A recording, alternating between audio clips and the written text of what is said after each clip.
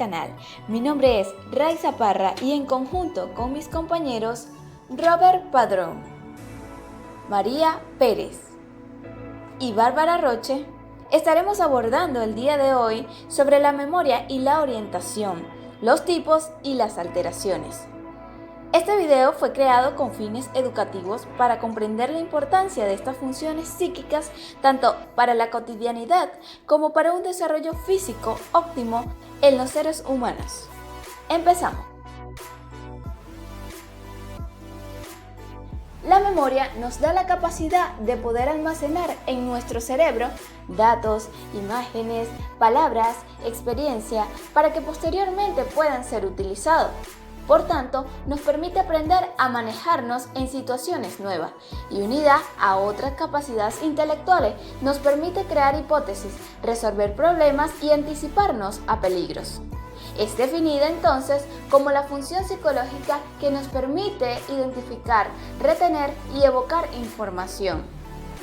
La memoria nos asegura la correcta ubicación del recuerdo, la distinción entre el pasado real y el pasado imaginario, y nos da un marco de referencia para el futuro.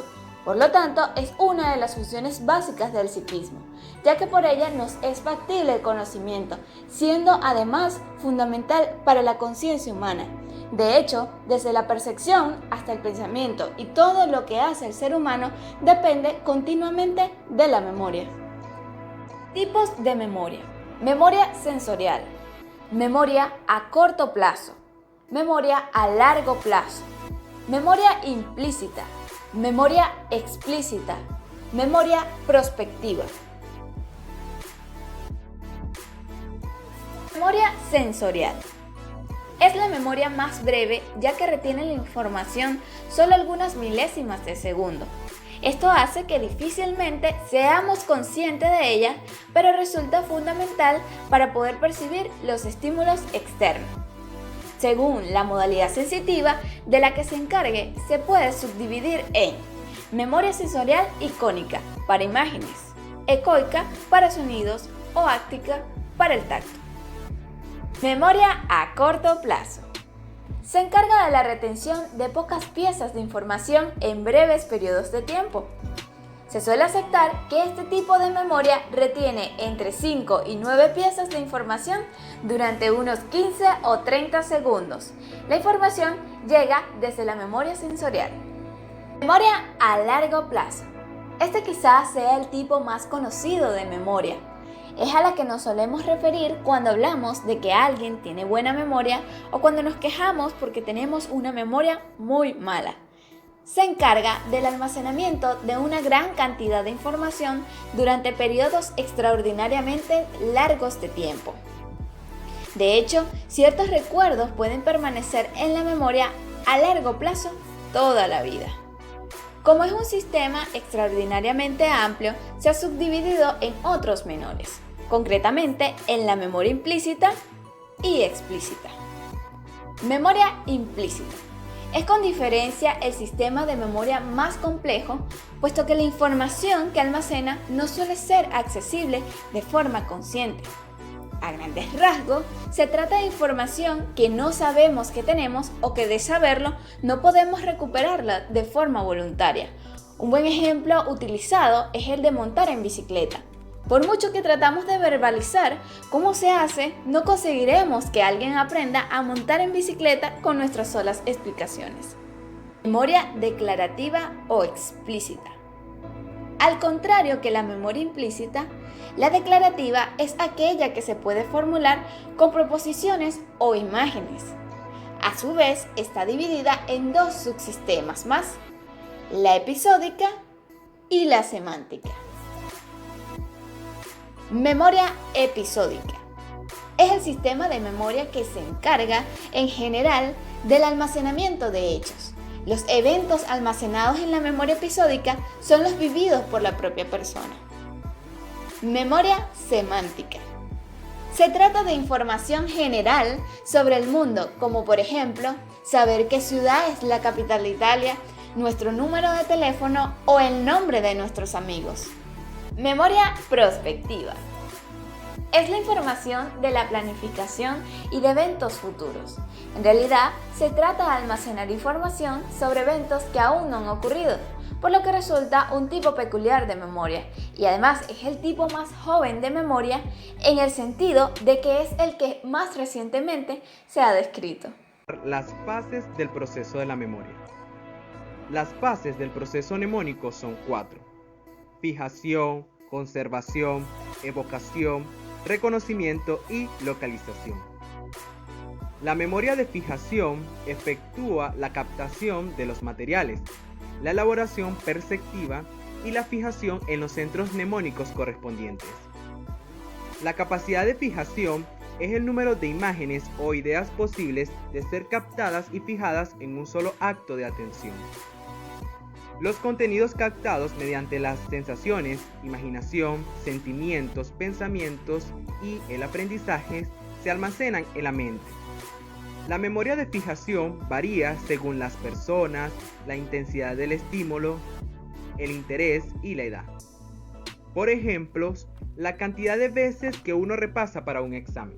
La memoria de conservación efectúa el almacenamiento y conservación de los elementos fijados.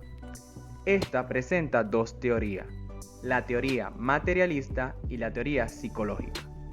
La teoría materialista indica que todo estado mental registrado por la conciencia es almacenado y persiste en el cerebro, en el que produce una modificación indeleble.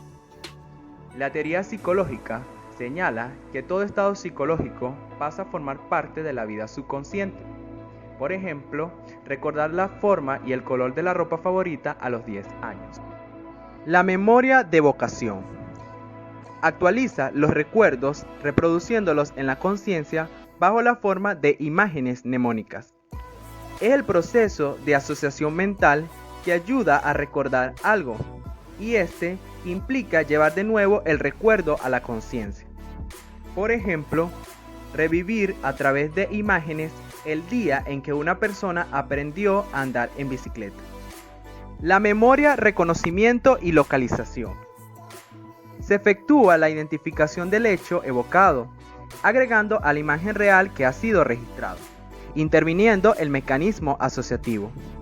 Se localiza el recuerdo en el tiempo y en el espacio. Los recuerdos deben ser reconocidos e identificados como contenidos ya antes mencionados, y luego deben ser buscados y ubicados en la memoria. Por ejemplo, estudiar un tema y acordarse de haberlo estudiado, y luego reconocerlo y recordar su contenido. Son muchas las enfermedades y situaciones que pueden condicionar el funcionamiento de la memoria. La psicopatología de la memoria se pueden dividir en trastornos cuantitativos y en trastornos cualitativos. En forma cuantitativa, puede haber alteraciones por exceso o por defecto. Las alteraciones cuantitativas por exceso, denominadas hipernesias, se refieren a la hiperactividad de la memoria, no como un verdadero aumento de la capacidad amnésica, sino como una mayor capacidad de evocación, entre las cuales tenemos las visiones panorámicas de la existencia y la hipernesia prodigiosa. Las visiones panorámicas de la existencia son la actualización momentánea con gran plasticidad y detalle de la totalidad o partes de la propia biografía, que suelen manifestarse con frecuencia en estados crepusculares hipnóticos y en situaciones de gran riesgo vital. Por ejemplo, las personas en trance de muerte inminente que, en escasos segundos, recuerdan la historia completa de su vida. La hipernesia prodigiosa.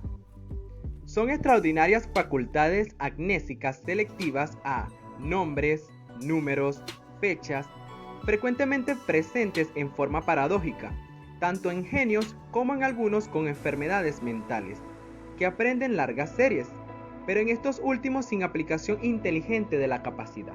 Las alteraciones cuantitativas por defectos, denominadas hipogmesias, en las que hay disminución global de la función, con pobre retención y escasa capacidad de evocación.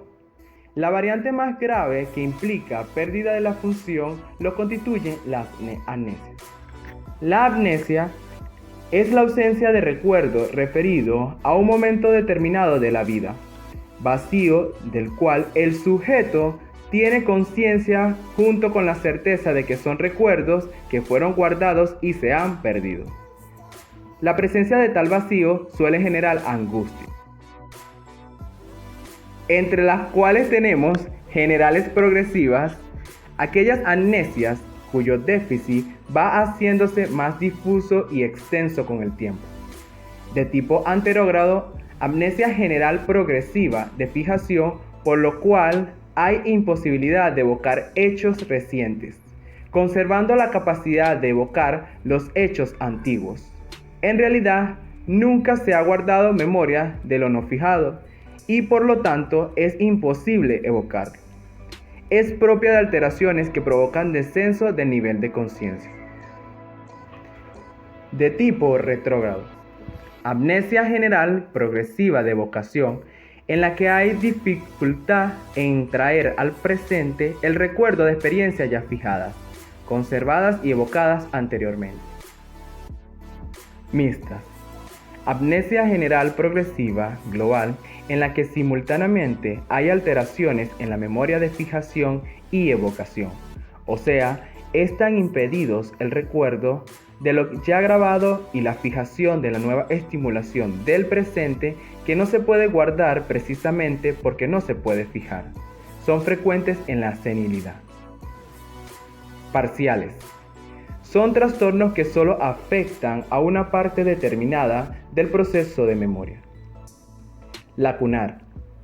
Amnesia parcial ligada a estrechamientos del campo de conciencia y alteraciones corticales. Mientras la alteración está presente, los estímulos no ingresan al campo de conciencia, pero al restablecerse, este se vuelve a recuperar la capacidad de retener y procesar los estímulos. Se da entonces un vacío de información que al hacerse consciente genera angustia, por lo cual el sujeto en forma inconsciente busca reconstruir lo que ocurrió durante el periodo de vacío. Selectiva. Amnesia parcial de origen más psicógeno que orgánico, por factores emocionales, principalmente traumáticos.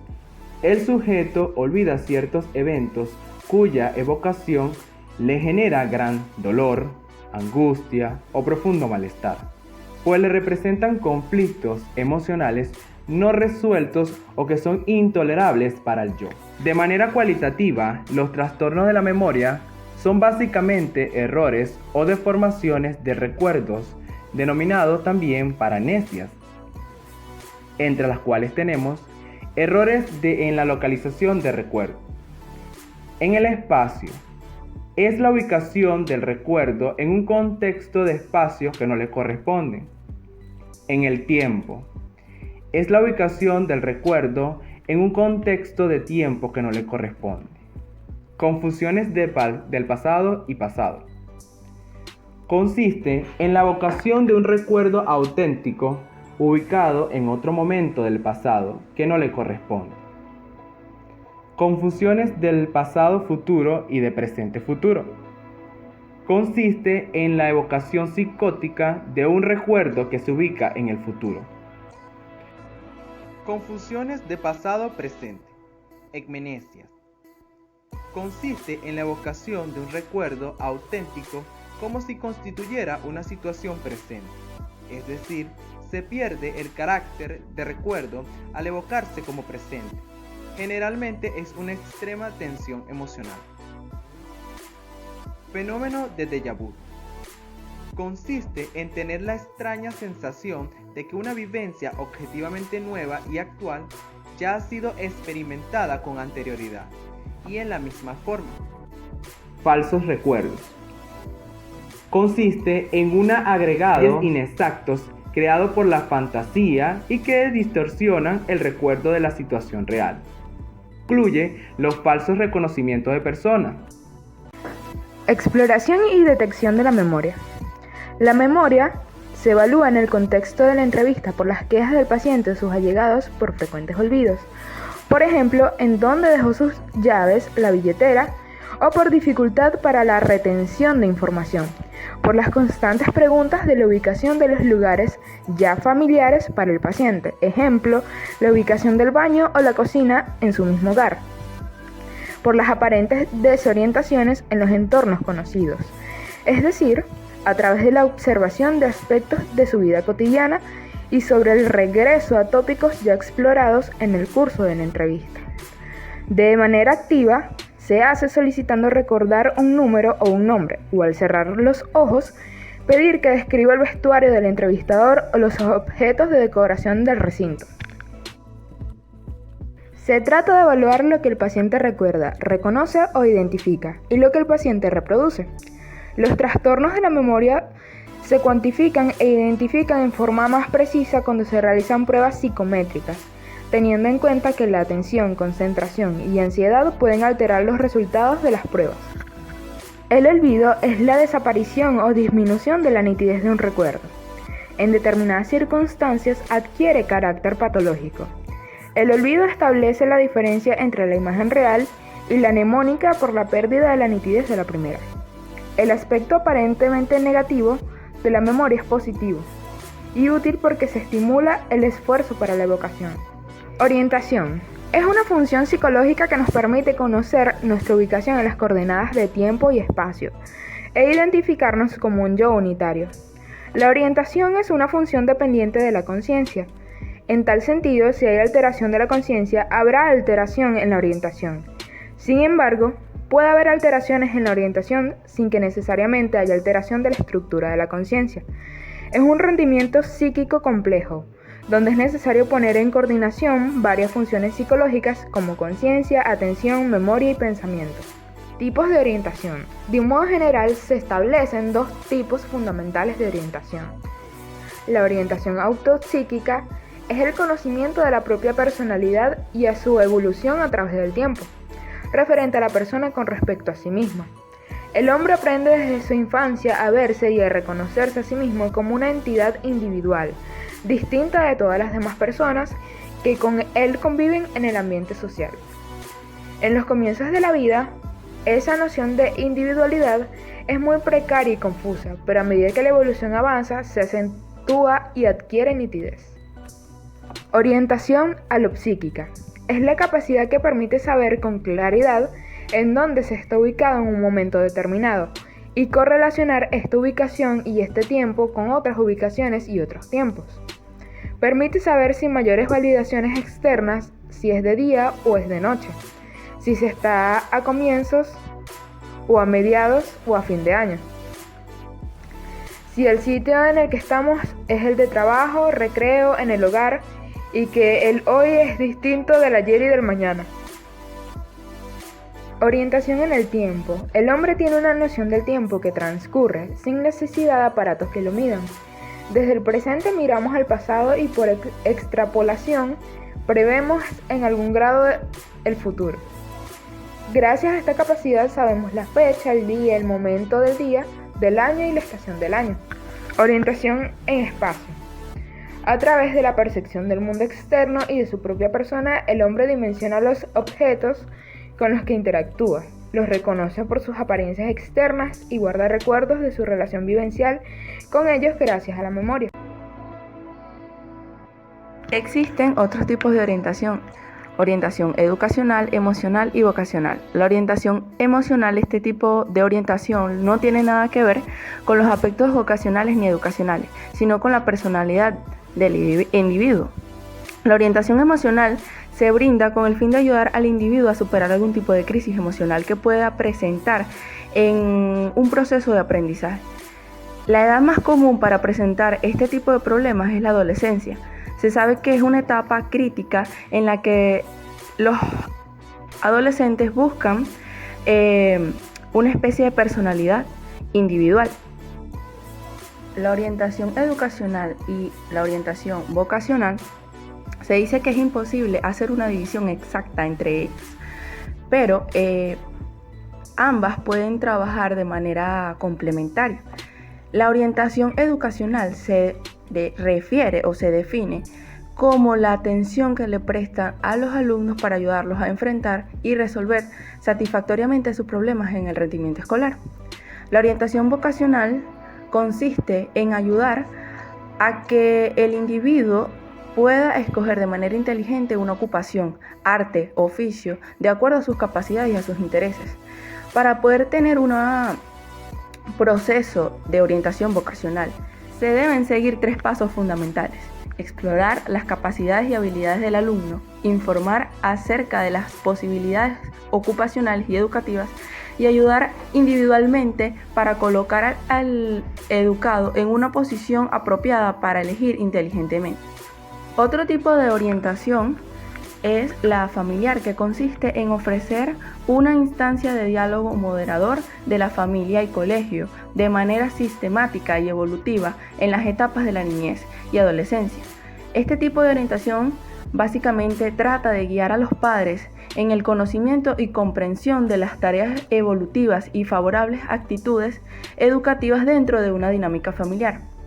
La orientación grupal consiste en potenciar la dinámica de trabajo grupal como una oportunidad para desarrollar acciones educativas de calidad y ejercitar las habilidades sociales.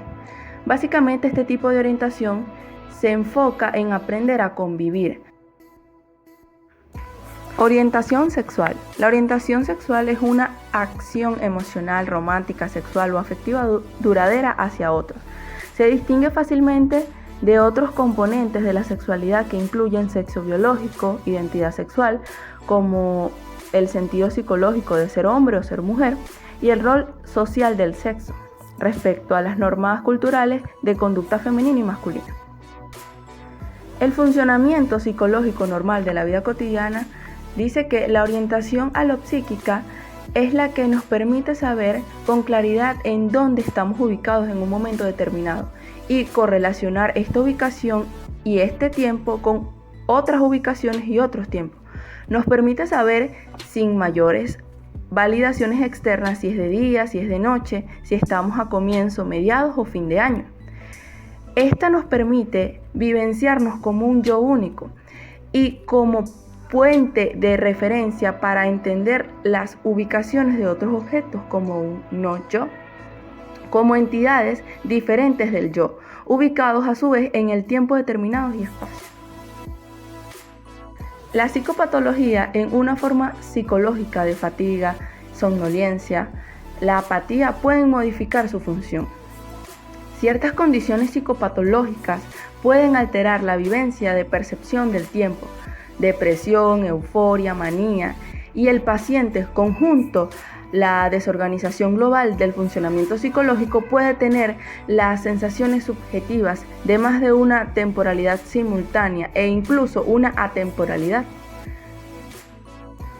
Una lesión en el lóbulo parietal ocasiona pérdida de orientación espacial y esto es alterado por daños del sistema nervioso central, intoxicación, traumas craneoencefálicos o hipertensión endocraniana, entre otros. Existe el síndrome confusional, que es una pérdida de la orientación alopsíquica. Se le es imposible determinar en qué sitio está en entorno, fecha. Es un síndrome que se relaciona con las demencias. Cuando se detecta una desordenación por síndrome confusional, la causa casi siempre es orgánica. Para esto puede aplicarse un examen físico que vendría siendo neurológico, el cuadro clínico y orienta sobre la etiología mental, interrogatorio, para validar lo que se encontró en los hallazgos físicos. Pérdida de la orientación alopsíquica cuando hay un estrechamiento grave del campo de la conciencia y si ésta se encuentra indemne puede ser psicógena. Formas de exploración y detención. En los cuadros clínicos es de suma importancia valorar esta función en forma adecuada, ya que puede contribuir como indicador que permite identificar cuando una patología mental es más probablemente una causa orgánica y cuando es causa psicótica.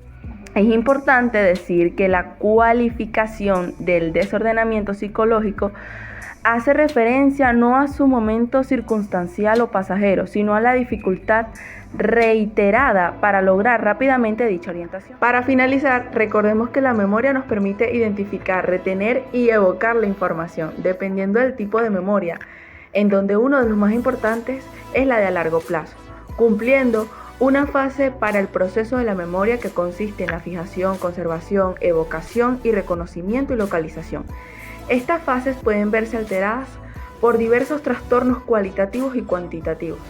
Todas estas alteraciones son exploradas y evaluadas mediante el contexto de la entrevista. Por otra parte, la orientación nos permite conocer nuestra ubicación en el tiempo y espacio, y dependiendo del ámbito, se divide en diferentes tipos de orientación alopsíquica y autopsíquica. Además, la orientación emocional, educacional, vocacional, familiar, grupal y sexual. Comparte, comenta y dale like.